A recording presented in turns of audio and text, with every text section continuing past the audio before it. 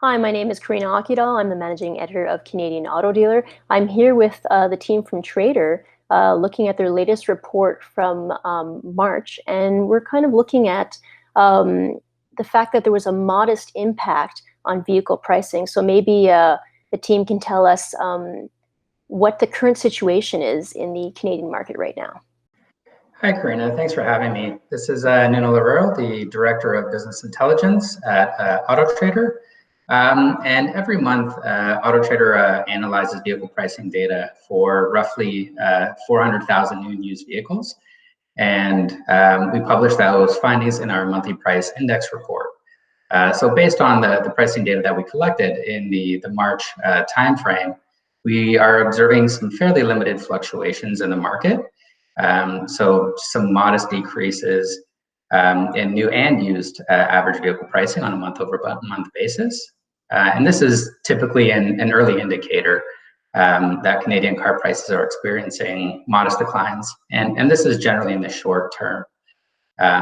So geographically, new vehicle prices are kind of seeing moderate declines as well across Canada. And interestingly, the largest year-over-year gain was experienced in the Atlantic Canada region, which was up 4.5%. This is interesting because the Atlantic region is one of those regions that hasn't really been impacted as much by the COVID situation. It's kind of been a little bit slower to kind of hit that area. So generally speaking, there hasn't been as much of an impact there, not to say that there hasn't been any. But we did see the largest month-over-month gain actually occurring in Quebec, which was up 1% on a month-over-month basis, which again is a little bit surprising considering Quebec has been the province that's been hit the hardest. But we'll continue obviously to monitor that month-over-month. And like I said, it's a very fluid situation right now. But again, some interesting data that's kind of coming out of that price index. Right, it's definitely some interesting data. And so my question for you now would be, what does that mean for dealers? And maybe the team can speak a little bit to the new and used side of it as well.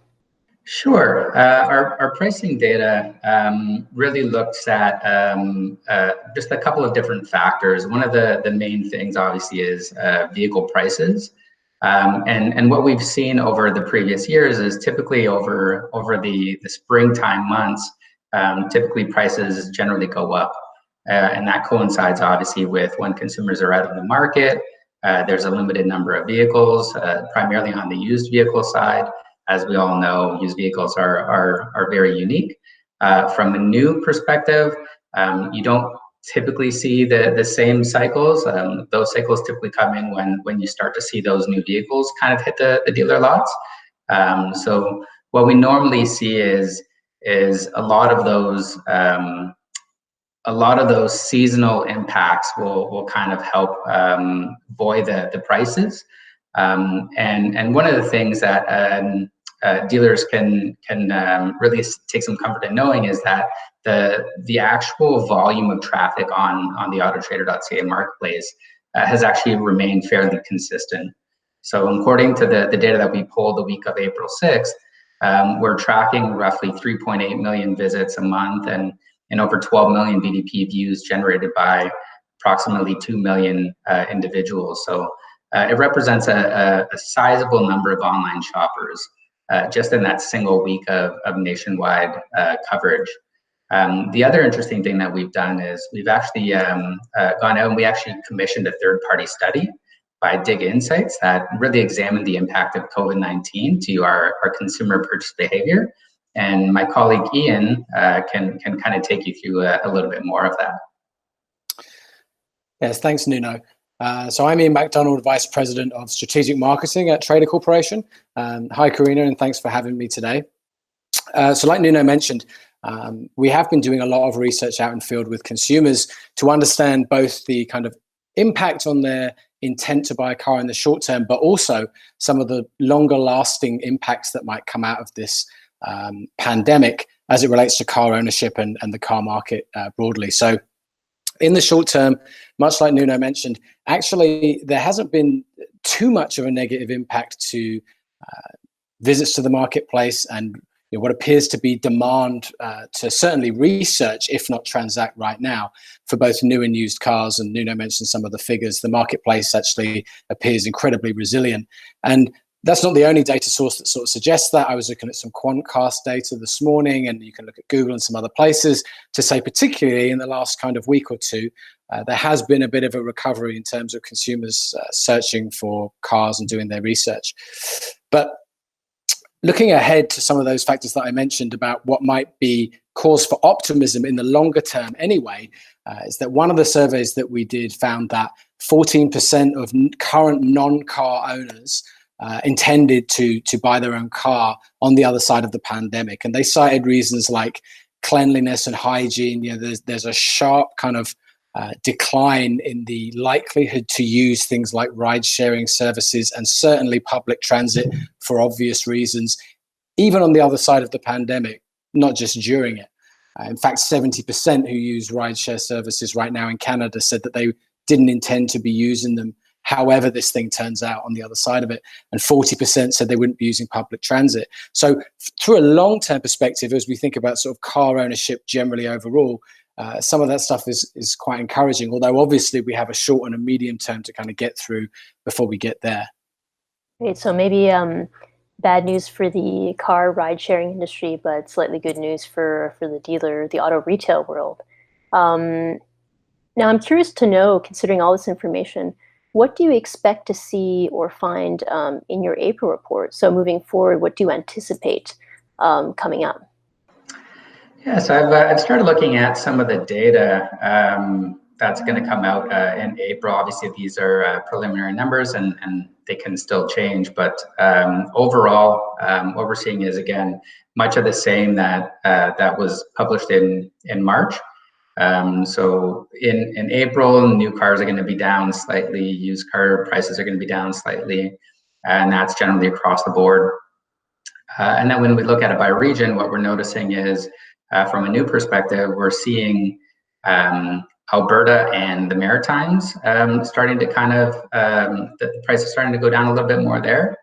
And then obviously from a used car perspective, we're seeing Mansask and the Maritimes also getting kind of impacted. So I think some of those delayed responses that we were kind of expecting to see generally across the board, for some of those regions that haven't been hit quite as hard as your Ontarios and Quebecs and BCs, are really starting to kind of, you're starting to see some of that data come through that supports them finally seeing some of the impact that we've already started to see in those larger provinces.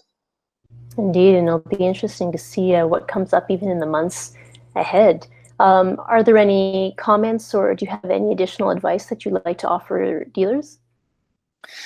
Yeah, Carina, I think I'll take this one. So there's a few things that we feel at Trader Corporation that dealers should be thinking about, and maybe some advice through different people that we've been speaking to and things we've been observing within the market. So, I mean, I think one of the first things to recognize about the price index that we produce every month that Nuno's been taking us through is that we're only looking at advertised prices, listing prices on the marketplace. So we don't have access to the actual sold price, the actual selling price. Now, one of the reasons why there's been very little fluctuation in the prices, might be that price is largely a function of supply and demand. In the very short term, the supply is still there, the cars are still there, and the demand is still there, as we're seeing from the volume of visits and uniques going to the marketplace. So nothing's changed there. And I think that's largely why the listing prices are kind of quite robust in this short-term period. And we're in a strange moment because we have the supply, we have the demand.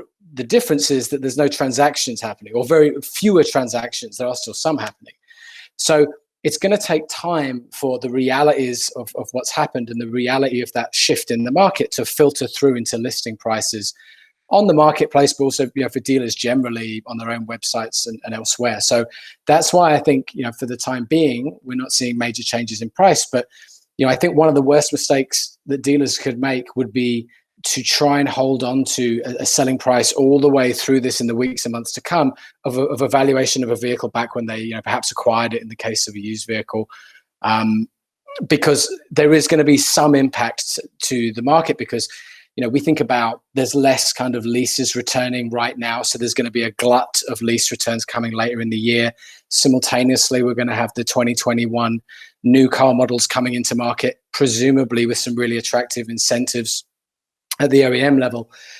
And all that's going to be happening, possibly while demand may be lower by then, depending on the impact of this whole thing and how severe it is to the underlying economy.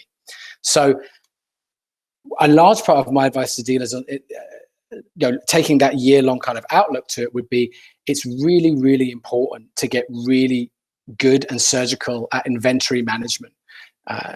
Tools like vAuto that help you understand, in almost real time, the actual localized market for a given vehicle, especially on the used side of things. So understanding how they have to be priced, how they move, what the demand is for them, really need to be surgical with that inventory management piece. I think that is going to be one of the things that governs which dealers come out of this stronger than others as we head into recovery. I think in addition to that, in terms of advice, first and foremost is obviously to prioritize the safety of yourself and the employees within the dealership and potential customers. It goes without saying. But like I said, the demand is still there. So another thing is not to panic too much, but actually to maintain or even try and increase your exposure during this time, because there is so much demand online from people researching. It's still out there. So looking at marketing expense, and obviously I can completely understand that many dealers, marketing expense is something they don't want to think about too much at this moment. But you look at some of the offers that are in the market. Obviously I can speak to ourselves, autoTRADER.ca. We've waived all the fees for April and May, but there are other offers out there from other vendors as well. Take a look at these different vendors. Take a look at what's available to maintain the exposure.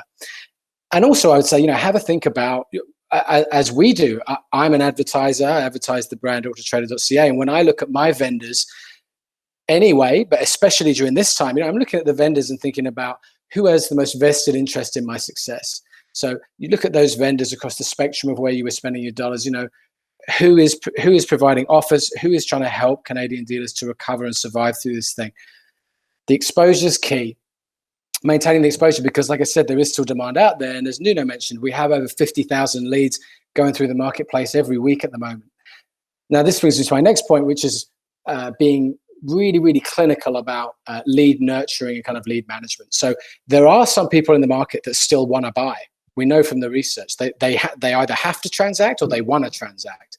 And then we have others who are in the research phase, and maybe they're sending a lead because they want to begin the conversation with a view to buying later. It's really important for dealers to be able to categorize and segment those leads and treat them very differently during this time. So that's my kind of second major point, or third major point. And then lastly would be the whole piece around kind of digital retailing. So that's something that's been coming along for a while now. There's a number of good vendors in market. At Trader, we're partnered with Moto Insight, but that's something that was coming anyway. All the research tells us it's been accelerated by the COVID-19 pandemic. So it's really worth getting started now, having conversations with digital retailing vendors. And even ahead of that, being able to offer, remote selling kind of offerings, like dropping off cars for test drives. Is there a way that you can do that safely and still get it done? Some of the research that we've done, and I've been looking at research from elsewhere in the industry as well, suggests that actually the thing that would motivate car researchers, car shoppers right now the most is not actually a drop in price or not in listing price, but it's things like being able to test drive the car from home in a safe manner, attractive financing options. These are the combinations of things that are going to get people transacting. It's not just, I don't think people are at the point yet where they're expecting some kind of fire sale on cars. So that's why as a dealership, I would kind of, in the very short term, try and hold the line on price, try and still transact some vehicles through using these techniques, remote selling, surgical lead management, this kind of thing. Find an inventory management platform if you haven't got one already, but be really, really sharp on that stuff and get started on the digital retailing and the things that are going to help you really accelerate out of this thing. And then longer term, that's going to be the way that a lot of people are buying cars. And it's about offering that flexibility and that option. So those would be my kind of main areas of advice for dealers. But, like we all know, this thing changes daily, changes weekly. and so the market will change with it, kind of thing. So nobody has a crystal ball, but I think those things would be my advice as we stand today. Very good advice and very relevant. It's true that things are changing quickly, but it seems that the digital retail option or that conversation has been brought up and really kind of sticking around during this crisis. So the importance of it is going to be there likely, not just now, but even post-crisis. So thank you, both of you, Ian and Nuno, for taking the time to do this interview. And with that, I'll wish you both good health and safety to you and your families.